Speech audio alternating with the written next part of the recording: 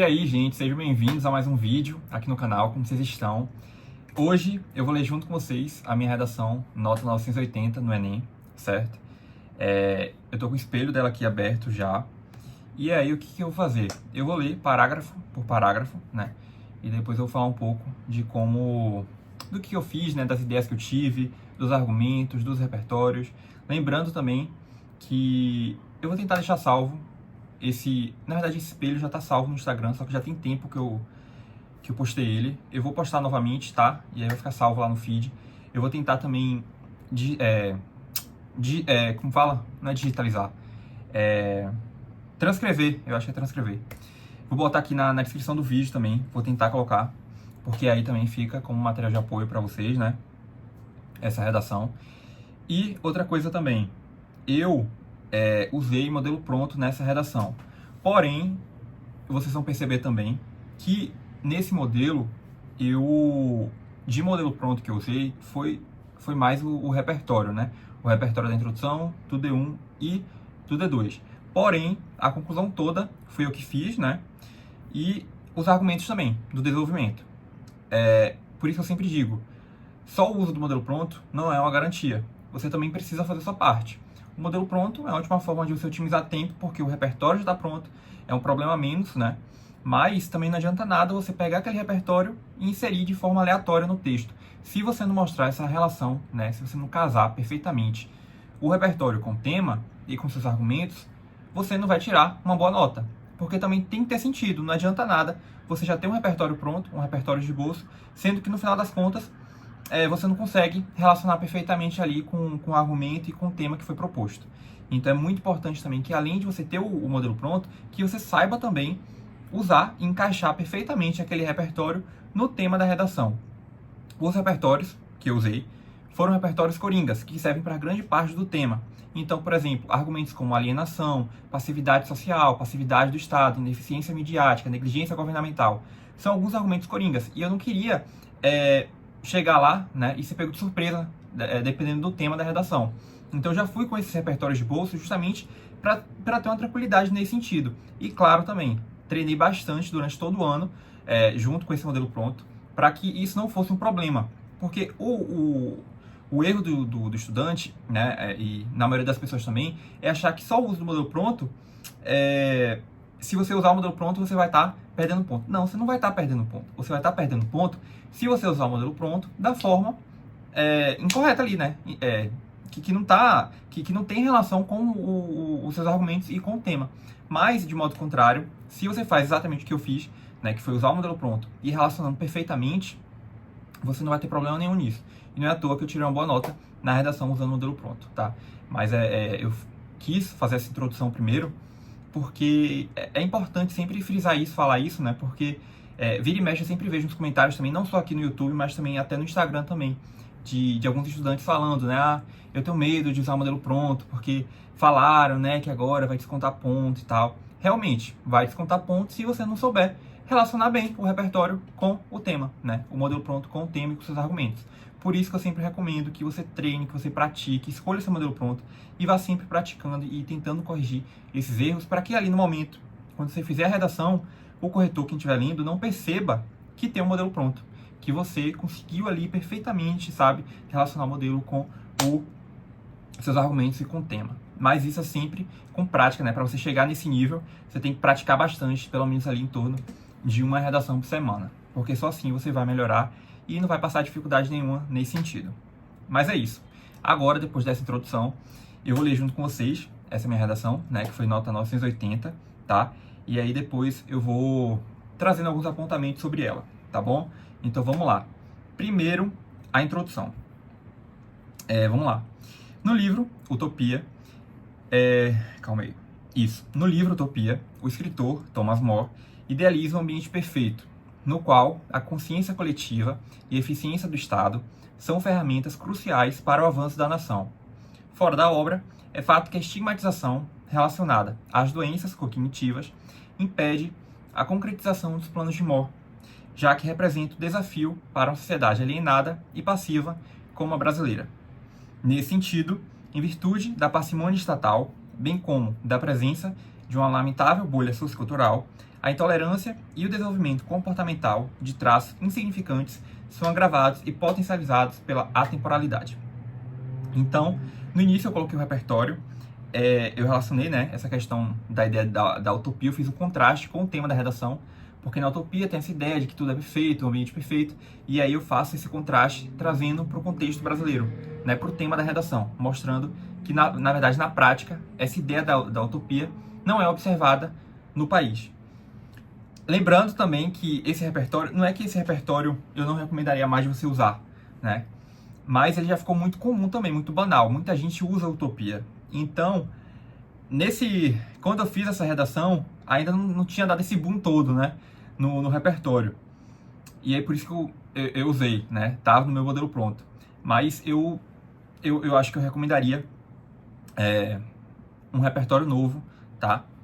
Em 2025. Eu acho que fugir um pouco dessa ideia da utopia para deixar essa redação um pouco mais autoral, mais diferente, né? Só que também não deixa de ser um bom repertório. E se você souber relacionar perfeitamente ali com o tema e com seus argumentos, também não tem problema nenhum você continuar usando. E aí foi isso que eu fiz. No início, eu coloquei o repertório, relacionei com o tema, e aí depois eu coloquei, né, a causa do problema. Eu coloquei, né, que representa... Calma. Eu coloquei a tese, representa uma sociedade alienada e passiva como a brasileira. É a minha tese coringa. Inclusive, todas as minhas redações, sempre eu deixei essa tese, porque não tem erro. E aí depois eu coloquei, em virtude da parcimônia estatal, então é a causa do problema.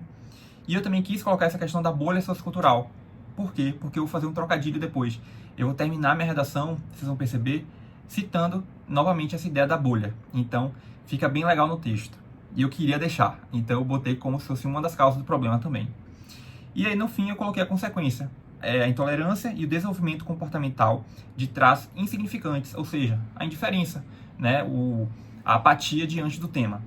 São agravados e potencializados pela atemporalidade.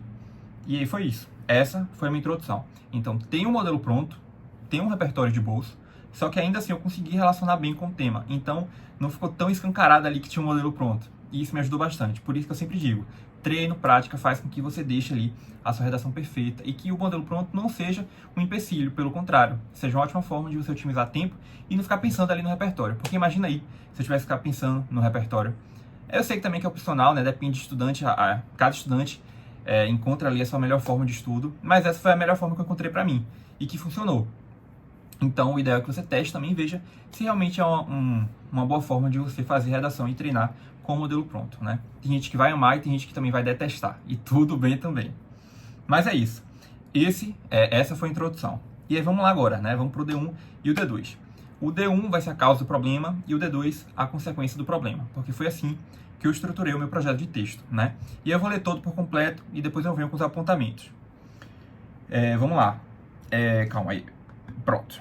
Em primeiro lugar, é válido reconhecer o descaso às pessoas que apresentam um transtorno mental, seja ansiedade, depressão ou distúrbios de bipolaridade. Isso, infelizmente, é uma consequência direta da forma que o assunto é abordado, visto que não há efetividade, por parte do poder público, em ressaltar a relevância de amparar esse grupo e validar essas doenças como um problema de saúde pública. Nessa perspectiva, segundo Simone de Beauvoir, filósofa francesa, vive-se uma realidade firmada no senso comum, em que o conhecimento popular, adquirido pela observação e repetição de repetição de questões, forma estereótipos. Paralelamente, essa é a fonte do entrave. Preso em uma bolha sociocultural, o indivíduo é condicionado a padronizar essas enfermidades psíquicas como um fato cotidiano e normal.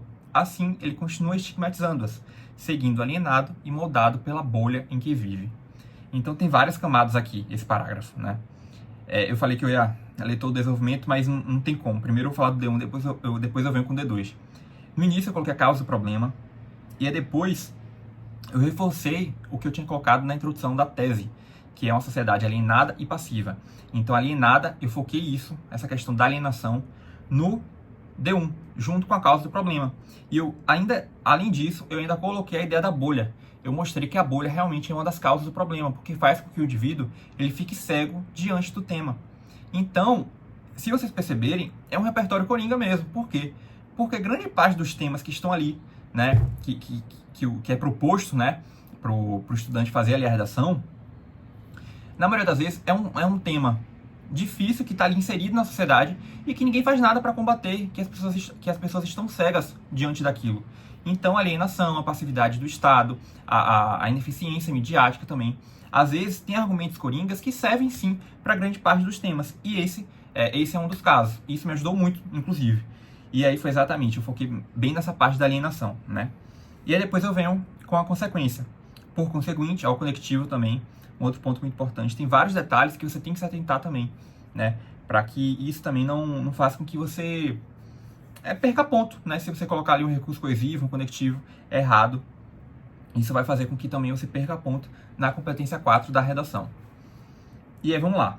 D2, né? Por conseguinte, ao presenciar um Estado ausente em uma comunidade incapaz de realizar julgamentos racionais, nota-se uma fragilidade do exercício de tolerância e empatia acerca dessas doenças, impulsionando a exclusão social e o distanciamento do alcance de um local como na utopia. Falei da causa do problema, da questão da apatia, né, da falta de empatia, e também retomei a alusão que eu já tinha dito no início, da ideia da utopia, né, mostrando esse contraste. Sob essa ótica, a atitude blasé, termo proposto pelo sociólogo alemão Georg Simmel, no exemplar The Metropolis e Mental Life, torna-se um elemento que intensifica esse estigma associado aos transtornos mentais. Porque ela ocorre quando o sujeito passa a agir com indiferença em meio a situações que ele deveria dar atenção. É por essa razão, além da persistência desse determinismo, que o cidadão tende a adotar essa atitude frente ao preconceito existente e às dificuldades em legitimar essa problemática, mantendo um caráter passivo e apático. E aí, por fim, eu tenho a conclusão. Portanto, fica evidente a necessidade de atenuar o quadro atual, a fim da conscientização populacional e da redução dos estigmas relacionados aos transtornos psíquicos.